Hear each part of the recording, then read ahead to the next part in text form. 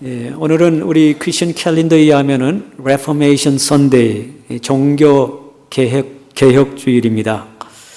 마르틴 루터가 면죄부 판매 반대해서 95개 조항의 반박문을 비텐베르그 성당에 게시한 1517년 10월 31일을 기념하여 종교개혁주일로 지키고 있습니다. 1517년에 종교개혁을 했으니까 올해로 501년이 되는 해이죠. 루터의 종교개혁의 시발점이 프로테스턴, 개신교를 탄생시켰습니다. 루터가 종교개혁을 하면서 주장한 것들이 있는데요. 오직 성경, 오직 믿음, 오직 은혜, 그런 것들을 주장하면서 종교개혁을 했습니다. 일부 보수파 캐톨릭에서는 종교개혁이란 단어를 별로 좋아하지 않아서 종교개혁이란 대신에 종교분열이라는 표현을 사용한다고 합니다. 예수님의 제자들 가운데 사도들이 있었죠. 사도들이 이제 생을 마치고 하나님 품에 옮겨갔을 때 그 후에 이제 그 캐톨릭에서 한 1000년 동안 교황을 중심으로 교회를 이끌어 갔었는데 중세 시대 들어서 이 캐톨릭이 부패하고 특별히 이제 뭐 다른 게 있겠습니까? 돈과 권력 그런 것들 때문에 부패해서 종교 개혁이 일어났던 것이죠. 특별히 그 보수파 캐톨릭에서 종교 분열이 일어난 그 이유를 얘기하는데요. 이제 그 요인이 된 거는 성 베드로 성당을 건축하는 데서부터 종교 분열이 시작이 되었습니다. 1503년 율리오 교황이 자리에 오르면서 성 베드로 성당을 건축하기 시작을 했어요. 그는 세상에서 가장 아름다운 대성당을 하나님께 바치겠다고 건축을 시작을 했습니다. 그런데 그 교황이 때로 지역을 이렇게 순회하면서 보니까 그 바티칸 시티에 있는 로마에 있는 성당이 다른 데 있는 그 성당보다 좀 초라해 보인 거예요. 그래서 이 가장 웅장하고 규모도 크고 정말 아름다운 그 성전을 이 바티칸 시티에 짓기를 원해서 그 건축이 시작이 됐다고 합니다. 그런데 그 성당을 지으려다 보니까 천문학적인 돈이 필요했던 것입니다. 그래서 이 캐톨릭에서 어떤 아이디어를 냈냐면은 이 면죄부라는 그 아이디어를 내고 그것을 명목으로 해서 많은 성도들에게 헌금을 하게 만들었습니다.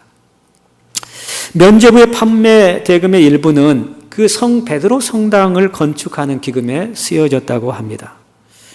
특별히 이 캐톨릭 본부에서 이제 면죄부라는 제도를 만들어서 그것을 판매하게 했는데 거기에 소질이 있는 그 요하네스 테첼이라는 사람을 그 리더로 세우고 그 사람으로 하여금 광고를 하게 해서 이 면죄부를 팔게 했는데 아주 그 공포스러운 마케팅 전략이 대성공을 하게 된 것입니다. 이 테첼이라는 사람이 설교에서 이런 설교를 했다고 합니다. 면죄부는 모든 죄에 대해 완전한 면책을 보장해 줍니다. 적당한 돈을 지불할 경우 면죄부의 혜택은 연옥에 있는 영혼에까지 미칩니다. 우리 개신교에서는 연옥을 믿지 않지만은 캐톨릭에서는 연옥을 믿죠. 연옥이란 거는 이 kind of waiting station, 그러니까 우리가 이 세상을 살다가 세상을 떠나면은 바로 천국을 가는 게 아니라 중간 지점, waiting station이 있다는 거예요. 근데 정말 하나님 보시기에 잘 사는 사람은 바로 올라가는데 좀 애매한 사람들, 양다리를 걸친 그런 사람들은 이 연옥에 들어가 있다가 이제 그 후손들이나 그런 사람들이 헌금을 많이 하게 되면은 연옥에 있는 사람들이 이 스프링처럼 튕겨져 가지고 천국으로 올라갈 수 있다는 그런 말도 안 되는 교리를 내세워서 설교를 하게 된 거죠. 면죄부는 모든 죄에 대해 완전한 면책을 보장해주며 돈을 지불할 경우 연옥에 있는 영혼까지 미친다. 그렇게 설교를 했다고 합니다. 면죄부는 하나님의 가장 고귀하고 소중한 선물입니다. 나는 여러분이 범하려고 하는 죄도 이미 용서받을 수 있다는 문서를 드리려고 합니다. 이 면죄부가 사지 못할 큰 죄는 없습니다. 그러나 이보다 더 놀라운 사실은 이 면죄부는 산 자의 죄뿐만 아니라 죽은 자의 죄도 사할 수 있습니다. 귀족이요, 상인이요, 아내요, 청년이요, 여러분은 여러분의 부모와 친구들이 지금 저 무저공 바닥에서 애타게 울부짖고 있는 소리를 듣지 못합니까? 우리가 너희를 낳고 양육하고 재산까지 남겨주었는데 너희는 어찌 그리 잔인하고 인색해서 돈을 내어 우리를 건져내려고도 하지 않느냐? 여러분의 동전이 지금 부모를 구원해 낼 수 있습니다.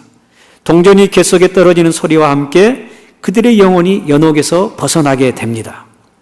여러분은 저들의 영혼을 낙원으로 인도하기를 원치 않습니까?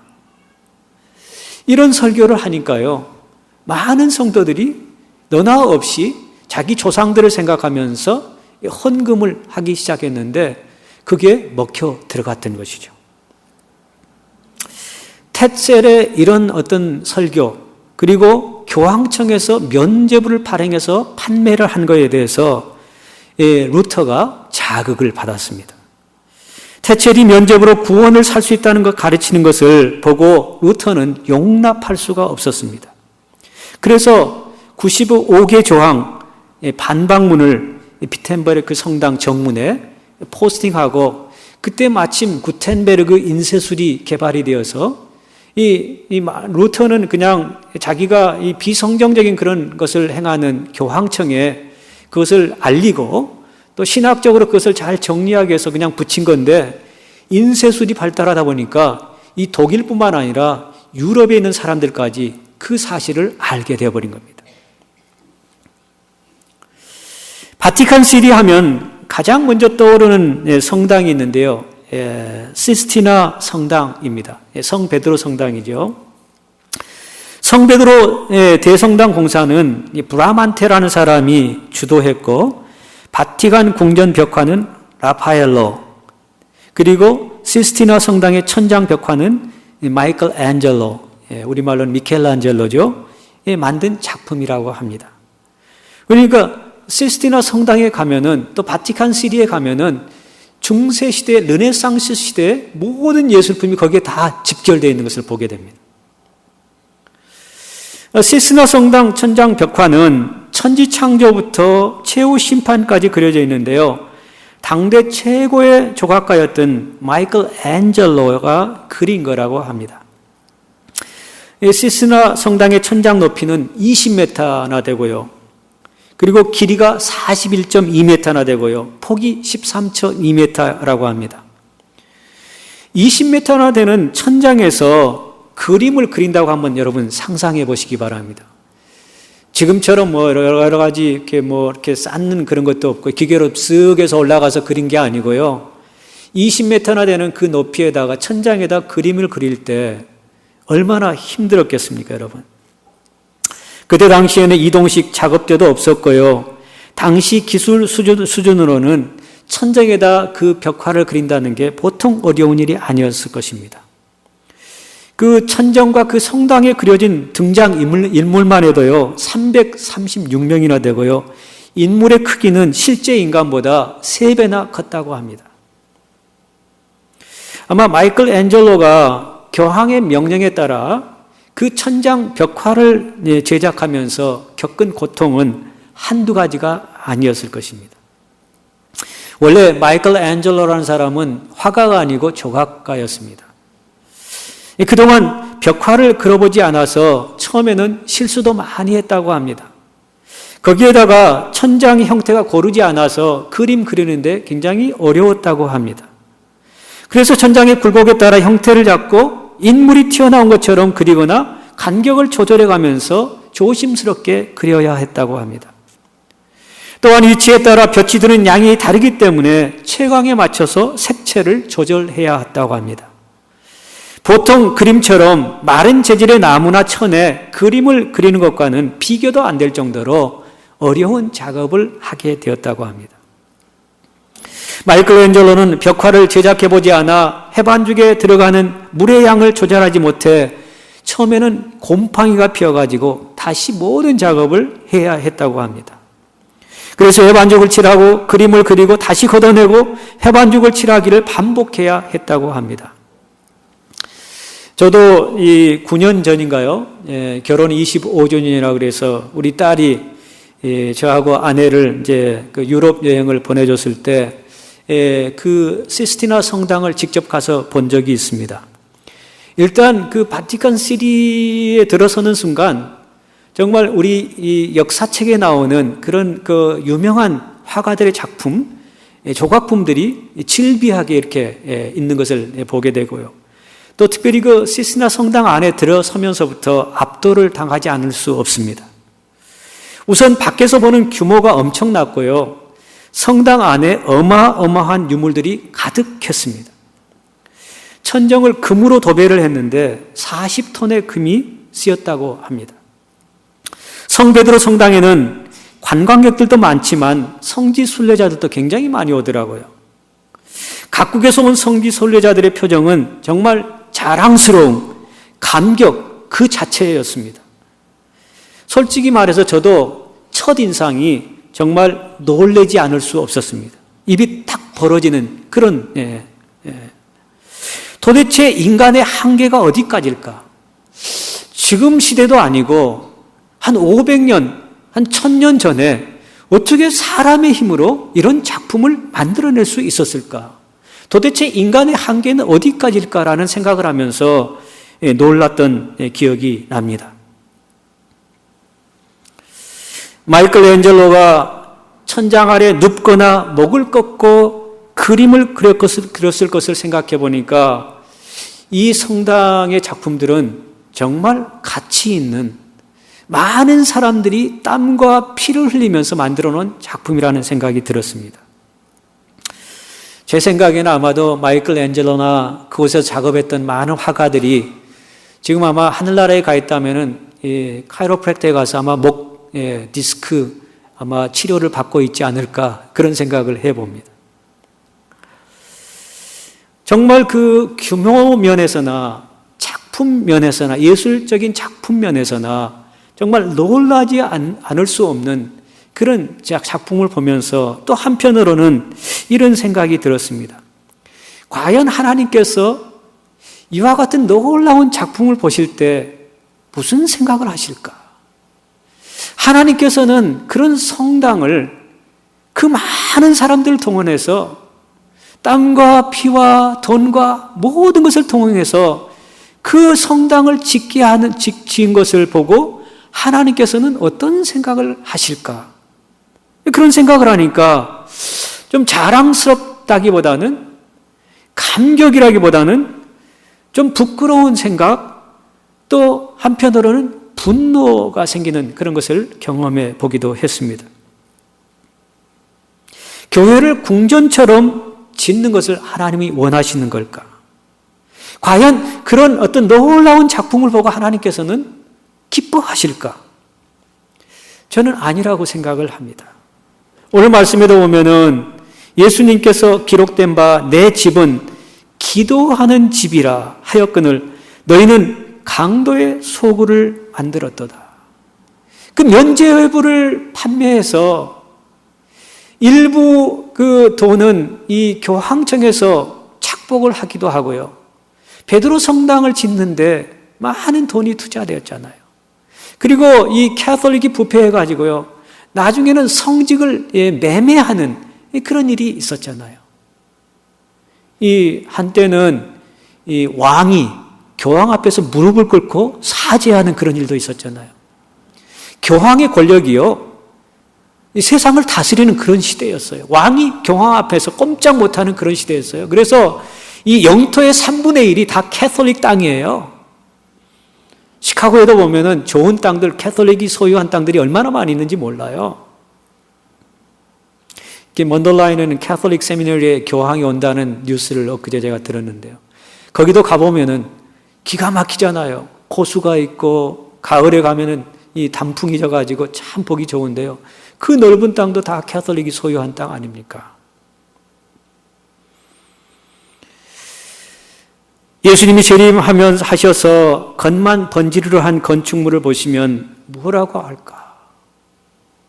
예배당은 모든 민족을 위한 기도하는 집이어야 된다고 하는데 교회가 그런 멋진 예술 작품으로 화려하게 장식이 되어 있고 지금은 성도들은 없고 박물관이 되어서 많은 관광객들이 찾는 그런 장소가 되어버린 것을 볼 때 참 안타까운 그런 생각이 들기도 합니다.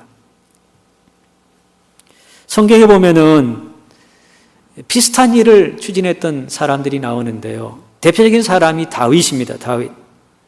다윗은 우리가 대단한 믿음을 가진 사람인 걸로 알고 있죠. 그러나 다윗의 삶을 이렇게 자세히 들여다보면은 실수하고 하나님 마음에 들지 할 때도 있었던 것을 우리가 보게 됩니다. 역대기상 21장에 보면은 다윗이 사탄의 충동을 받아 인구 조사를 했다고 기록하고 있습니다. 다윗의 인구 조사의 목적은 군사력을 파악하고 정비하기 위함이었을 것입니다. 그러나 시간이 지나면서 사탄이 교묘하게 그를 유혹하다 보니까 다윗은 군사력을 군인들의 숫자를 세고 군인들이 한 110만 명, 이스라엘 북왕국 이스라엘과 남왕국 유다를 합하니까 한 110만 명 정도 된 것을 보고 굉장히 자랑스러워하고 그것을 과시하게 되었습니다. 그래서 결국은 하나님을 의지하기보다는 그 군사력을 의지했던 것을 성경이 지적하고 있죠. 하나님께서는 말과 병거를 의지하지 말라고 강조를 하셨는데 다윗은 사탄이 충동을 하니까 거기에 빠져들어가지고 군사력을 파악하고 그것을 과시하면서 전쟁에 나가도 이만한 군사력이면 충분히 우리가 이길 수 있다는 그런 어떤 자만과 교만에 빠지게 되었던 것이죠. 기드온의 300용사 용감한 용사라고요? 아니요. 하나님께서는 미디안과 싸울 때 숫자가 너무 많아. 그러니까 숫자를 줄여 해가지고 마지막에 뭐 물을 혀로 핥은 사람, 그게 아니라니까요. 하나님이 하나님께서 전쟁을 이끄시는 분이라 하나님만 의지하라는 그런 의미에서 숫자를 줄이라는 거였지 그 300명이 용맹한 그런 군사가 아니었어요, 여러분. 우리는 300명이 용사가 되자 그런 말하면 안 돼요. 하나님께서 다윗에게 기드온에게 너무 숫자가 많다는 거, 전쟁은 내게 달려 있다는 거, 내가 너희와 함께 할 테니까 너희는 나를 의지하고 나가라고 그렇게 해서 숫자를 줄인 것 뿐이에요. 그래서 다윗이 그런 교만에 빠지니까 하나님께서 진노를 하시죠. 다윗은 자신의 잘못을 나중에 깨달았지만은 하나님은 세 가지 징계제 하나를 선택하게 만드십니다. 세 가지 징계가 뭐냐면요. 3년 동안 기근을 택할래? 아니면 석 달 동안 대적의 핍박을 받을래? 아니면 3일 동안 온역을 받을래? 이 세 가지 초이스를 줍니다. 그랬더니 이 다윗이 선택한 거는 제일 짧은 3일 동안의 온역을 선택하게 됩니다. 그래서 그 온역을 통해서 무슨 일이 일어난 줄 아세요? 하나님의 징계로 온역이 생기니까 전염병이 돌게 되고요. 무려 7만 명이 죽게 됩니다. 다윗은 장로들과 함께 굵은 배를 입고 회개하지 않으면 안을 수 없게 되었습니다. 여러분, 성경에 나온 다윗만 그런 어떤 생각이 있는 게 아니잖아요. 우리 현대 교회도 그런 증상들이 나타나는 것을 우리가 보게 됩니다. 한국 교회는 세계 기독교 역사상 유례없는 부흥을 하였습니다. 133년이라는 짧은 기독교 역사에 비해서 엄청난 수적 성장을 한 거죠. 이런 결과는 저는 선교사들의 순교의 피와 또 성도들의 기도와 하나님의 은혜 때문이라고 생각을 합니다. 교회를 웅장하게 짓거나 시설이 좋거나 그것 때문이 아니고 선교사들의 순수한 복음의 열정, 그리고 선교사들이 한국에 와서 1대, 2대, 3대, 4대까지 거기서 태어나고 또 사회를 위해서 여러 가지 모양으로 섬기는 그런 일들, 그리고 우리 한국 교인들이 잘하는 기도, 거기에다 하나님의 은혜가 있었기 때문에 우리 한국의 기독교가 그렇게 부흥을 했다고 생각을 합니다. 그러나 선교 2세기를 맞이한 한국 교회를 향하여 많은 목회자나 신학자들이 위기를 지적하고 있습니다.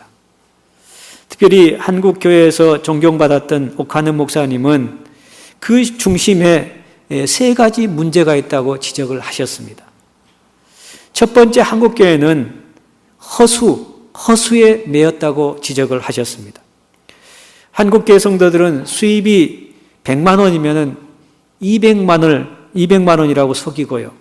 그리고 30평 아파트에 살면 40평에 산다고 속이고요. 교인이 200명이면 300명이 모인다고 허수를 말한다는 거예요.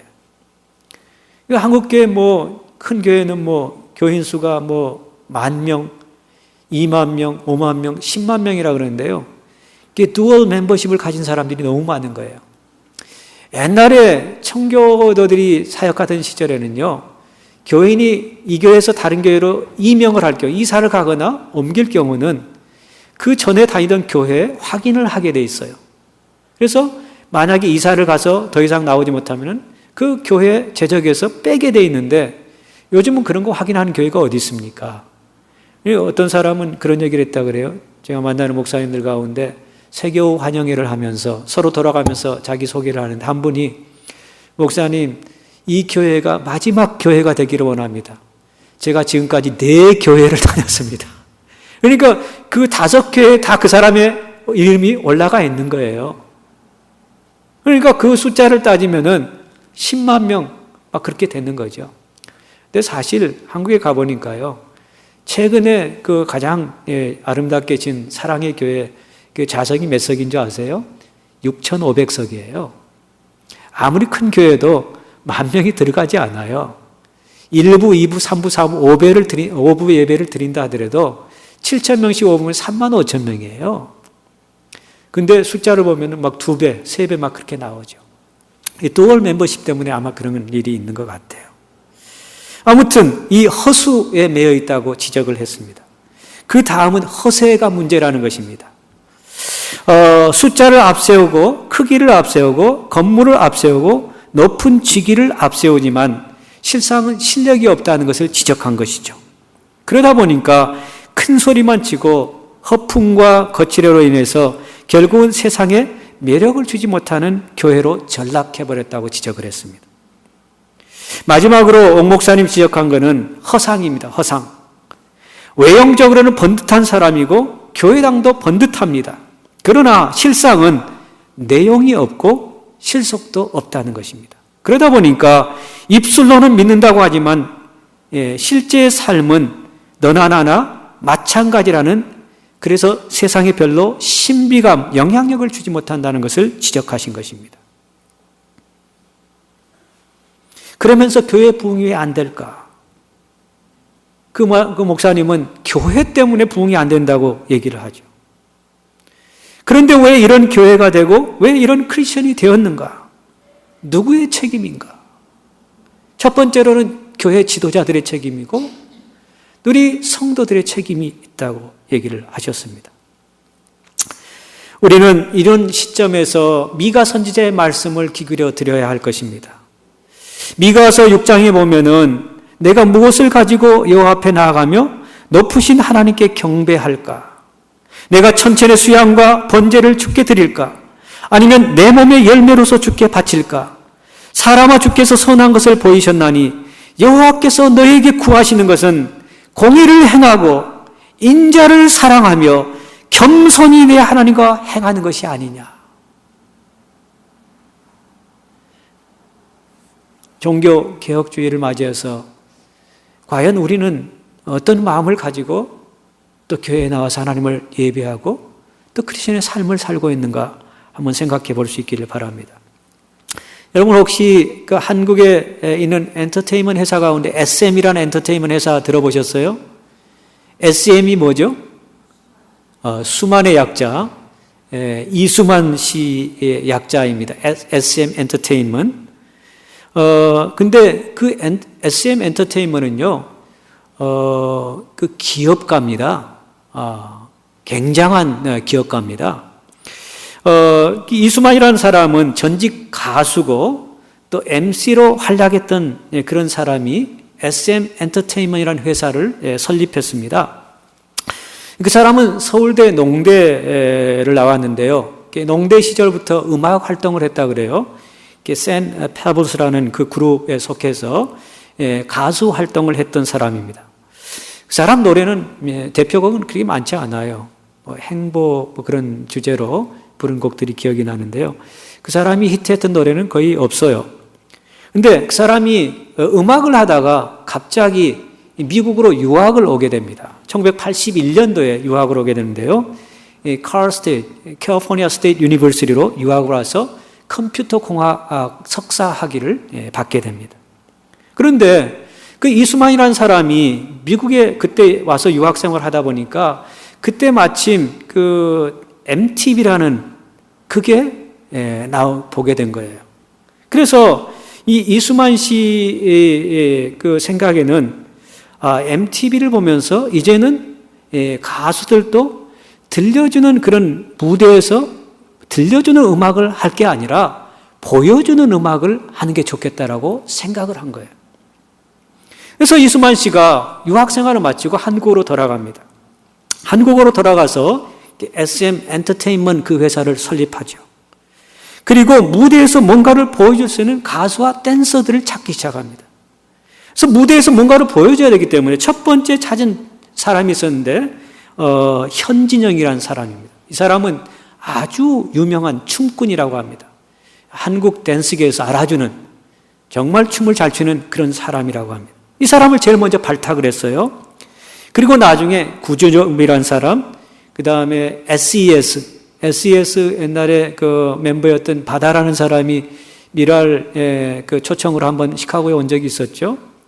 그리고 여러분이 잘 아는 보아라는 가수, 그리고 H.O.T, 그리고 슈퍼주니어, 샤이니, 소녀시대, 엑소, 신화, 레드벨벳 뭐 이런 유명한 그룹들을 그 회사에서 발탁해서 훈련하고 그래서 유명한 가수들이 되게 했던 것이죠. 이수만 씨는요, 한국 음악계의 새로운 전환점을 이룬 사람입니다. 들려주는 음악에서 보여주는 음악으로. 그는 들려주는 음악을 보여주는 음악으로 바꾼 최초의 그 엔터테인먼트 회사 사장님입니다. 전에는 가수 자신이 돈을 들여서 음반을 제작하고요, 광고도 스스로 해야 했지만은 이수만 씨는 돈은 내가 댈게. 너는 열심히 훈련만 하면 돼. 대신에 나중에 유명한 사람이 되면은 13년 계약하자. 13년 동안 계약을 해서 이제 돈을 버는 거죠. 그 파트별로 음악 전문가들을 고용해서 그 모든 제작을 분업화시킨 사람이 이수만 씨입니다. 그리고 음악의 세계화를 하기 위해서 보아 같은 그 친구는 어렸을 때 발탁해가지고요, 한국에서 외국인 학교를 다니게 하고 또 일본으로 보내가지고 일본에서 활약을 하게 하고 일본 그 빌보드 차트 같은 오레gon 차트에서 수십 주 1등을 했던 사람이 보아죠. 보아 한 사람을 위해서 30억 원을 투자했다고 합니다. 이수만 씨는 일본, 미국, 중국, 태국 현지인들을 캐스팅하여 이 글로벌 스타를 발굴했다고 합니다. 여러분, 이수만 씨 포부가 뭔지 아세요? 그 사람은요, 문화 컨텐츠를 가지고 수십억 명의 SM 네이션을 만드는 게 그 사람의 포부라고 합니다. 그러니까 음악이라는 문화, 문화 가운데 음악이라는 장르를 가지고 SM 네이션을 만들겠다고 그런 포부를 가지고 기업 활동을 하는 사람이 이수만 씨래요. 아마 그래서 그런가요? 요즘에도 좀 돈의 여유가 있고 대형 교회에서들은 들려주는 그런 말씀보다는 보여주는 그런 어떤 예배 어떤 세팅 그런 것들을 우리가 많이 보게 되는 것을 우리는 윌러 크릭 커뮤니티 철저에서도 한 7, 8년 전인가요? 거기에서 그 브로드웨이에서 하는 그런 뮤지컬을 공연을 했는데요. 채널2에서 생중계를 했어요. 저도 티켓을 받아가지고 거기 갔는데요. 이 브로드웨이 전혀 뒤떨어지지 않는 무대 장치, 조명, 음향, 거기에 참여한 사람들의 어떤 퍼포먼스 정말 대단하더라고요. 그런데 나중에 이제 그 교회에서 교인들을 상대로 설문조사를 했죠. 그동안 우리 교회가 이렇게 많이 성장해 왔는데 성도들의 생각에는 어느 정도 성장을 했을까? 혹시 우리 교회에는 부족한 점은 없는가? 그걸 정말 전문 컨설팅 회사의 직원들을 고용해가지고 10,000명을 상대로 조사를 했는데요. 윌로우 크릭 교회는 하나님이 원하는 교회는 아직 아닌 것 같다. 그런 결과가 나왔어요. 그런 퍼포먼스 위주로 많은 사람들을 하나님을 만나게 하는 계기는 만들었지만은 그 교회에 참석하는 성도들이 정말 주님의 제자로서, 정말 크리스천으로서 정말 서로 사랑하며 또 하나님의 그 놀라운 사명을 감당하지는 못하고 있다. 그래서요, 그 교회에서 그런 것들을 더 이상 안 하잖아요.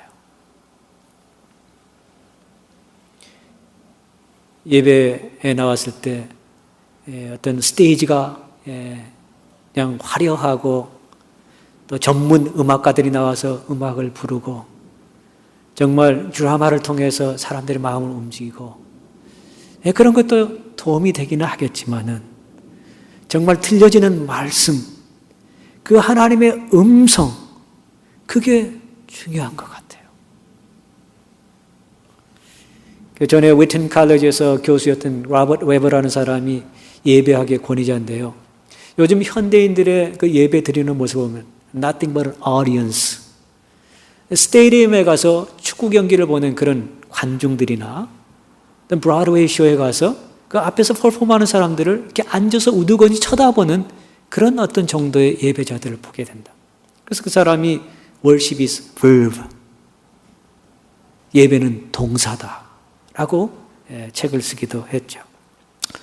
우리 종교 개혁주의를 맞이해서 캐톨릭이 어떤 그 돈과 권력에 무너지고 또 시스티나 그 성당, 성페드로 성당을 건축하기 위해서 여러 가지 부패한 그런 모습들이 나타나서 이 프로테스탄, 이 개신교가 탄생하게 되고 종교 개혁주의 501년째를 맞이했는데 우리 자신도 사탄이 우리를 유혹하면 얼마든지 그런 유혹에 빠질 수 있다는 걸 생각하면서 정말 하나님의 뜻이 하늘에서 이루어진 것처럼 땅에서도 이루어지는 그런 삶을 살기로 작정하며 삶의 구석구석에서 하나님의 뜻을 이루어가는 저와 여러분 될 수 있기를 간절히 축원합니다. 기도하십시다.